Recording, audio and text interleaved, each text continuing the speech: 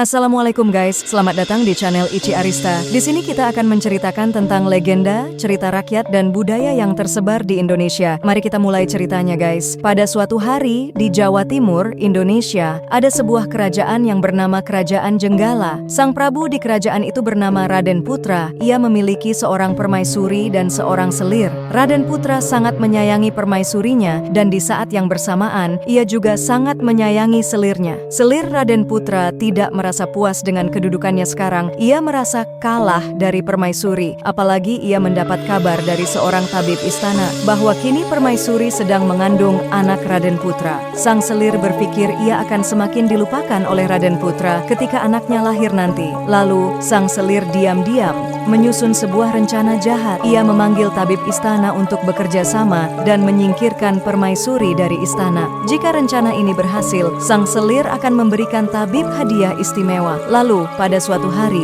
sang selir sakit keras. Raden Putra pun kebingungan dan merasa sedih. Ia memanggil dan meminta tabib istana mempersiapkan pengobatan dan perawatan yang terbaik untuk selirnya. Sebelum lanjut ke ceritanya, jangan lupa like and subscribe video ini ya guys. Tabib istana berkata bahwa sang selir sakit karena ia meminum racun, dan sang selir pun memperkuat perkataan tabib dengan berkata ia merasa diracun oleh permaisuri. Mendengar hal ini, Raden Putra pun marah dan memanggil permaisurinya untuk dihukum. Raden Putra memerintahkan patih istana untuk membunuh permaisuri yang sudah meracuni selir di hutan yang ada di tepi kerajaan Jenggala. Sang permaisuri mencoba membela diri, tapi ia tidak juga dipercaya. Saat permaisuri dibawa menuju ke hutan, sang selir sudah merasa lebih baik dan sembuh. Tentu saja sebenarnya mengobati selir tidak sulit karena ini semua sudah direncanakan olehnya dan tabib istana. Tabib istana sudah memiliki obat penawarnya sejak awal. Kerjasama jahat mereka pun berhasil dan sang selir akhirnya diangkat menjadi permaisuri. Seperti janji selir pada tabib istana,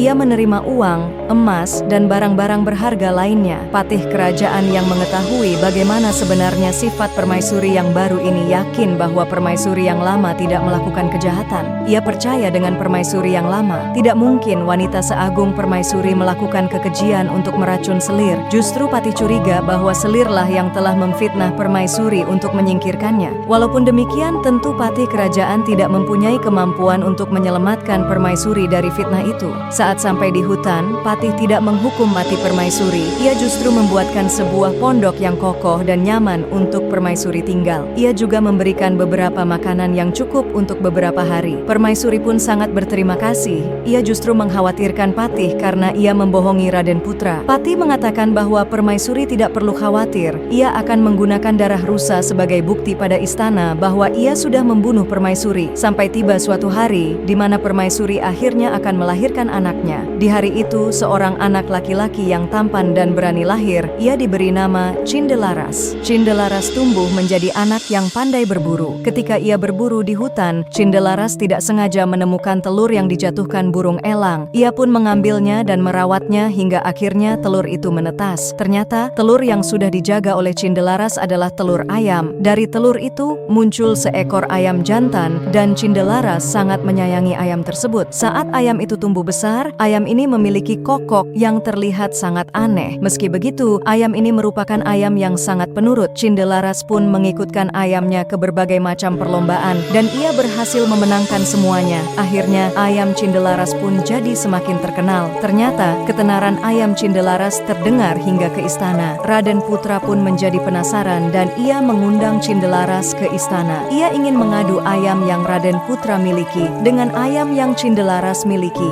Jika aku menang, berikan separuh kekayaanmu, tantang Cindelaras pada Raden Putra. Tanpa berpikir panjang dan keraguan, Raden Putra menyetujui persyaratan itu. Di akhir pertandingan, ayam Cindelaras terus berhasil memenangkan perlombaan. Raden Putra pun merasa sangat kecewa. Lalu ia pun bertanya pada Cindelaras tentang asal-usulnya dan bagaimana ia bisa melatih ayam menjadi hebat seperti itu. Tak disangka-sangka, yang menjawab pertanyaan itu justru ayam Cindelaras. Aku adalah ayam jantan yang pandai. Tuanku bernama Cindelaras, anak laki-laki dari Raden Putra. Raden Putra pun terkejut dan bertanya pada Patih untuk memastikannya. Sang Patih akhirnya menceritakan yang sebenarnya dan tidak lupa juga ia menyebutkan kejahatan yang sudah dilakukan sang selir. Raden Putra pun sangat marah dan ia mengusir sang selir yang sudah diangkat menjadi permaisuri itu. Akhirnya permaisuri yang tinggal di dalam hutan dijemput dan Raden Putra, permaisuri, serta anaknya Cindelaras tinggal bahagia di istana. Bagaimana guys? Apakah kalian suka video ini?